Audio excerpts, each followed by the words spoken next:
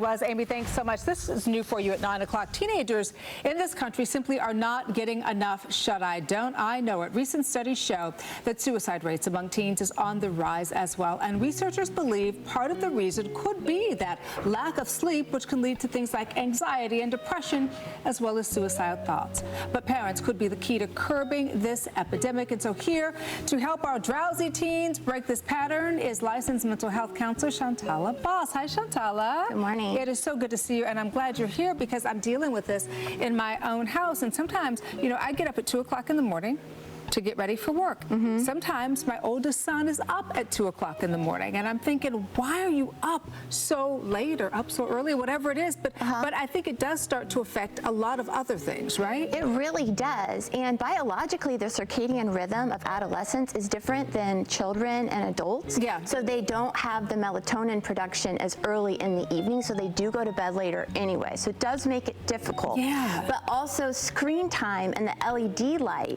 contributes to some of that lack of sleep. It keeps them from producing the melatonin and keeps them up during the night. How can this hurt their growing brains, though? Let's say they're not getting enough sleep. What can this do to them?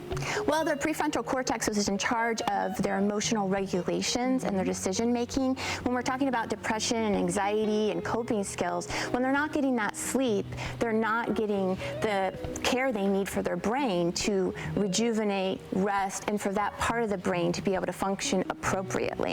So kids are unable to make decisions and do what they should be in an appropriate manner. It can lead to a lot of long-term problems. And so then I guess the question is, how do we get our kids to understand this, right? Because as parents, you'll tell your kids something, oh, you're just saying that because you're just being mom. But at the end of the day, there is some science to back this up, that if our kids aren't getting enough sleep, and there's also science to suggest that they're sleeping so much because they're on this big growth spurt or whatever the case may be, but when this becomes a habit where they're not getting enough sleep and they're going to bed at the wee hours of the morning, then getting up just a few hours later, Shantala, to go to school, how do you keep that going?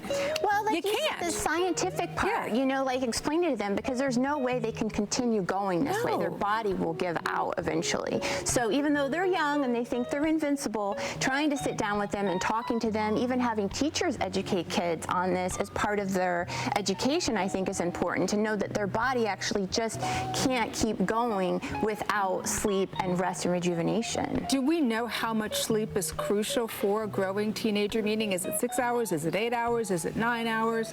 I'm asking for a friend. 8 to 10 hours. 8 to 10 hours. That much? Yes, and 85% of teens only have under 8.5 hours a night. Right. Yes, and it's very inconsistent. They wake up, they check their phone, they can't sleep. There's a lot of pressure on teens, though, with the AP classes, dual enrollment. I know. You know this. I do. And all the things that are going on in their head, staying up late to study. So also realizing maybe sometimes you just need to sleep and put that book down. And can we talk, we've got just about a minute left, about the importance of kind of maintaining their mental health, because I think one of the things that people are now more open to, right, is mental health counseling. Because I know many, many years ago, people looked at it as a taboo. Oh no, there's no way I would send my child to counseling, or I would go to counseling because you think there's something wrong with you. But at the end of the day, there's something right with you if you're willing to get that help, right? Absolutely.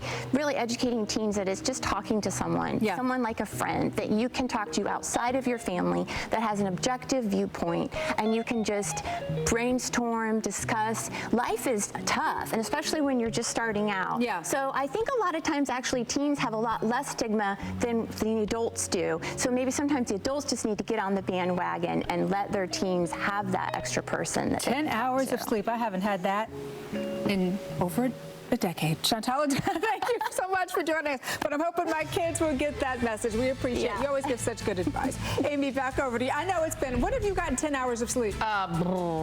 College, maybe. Thanks, you guys. Coming up, the big event that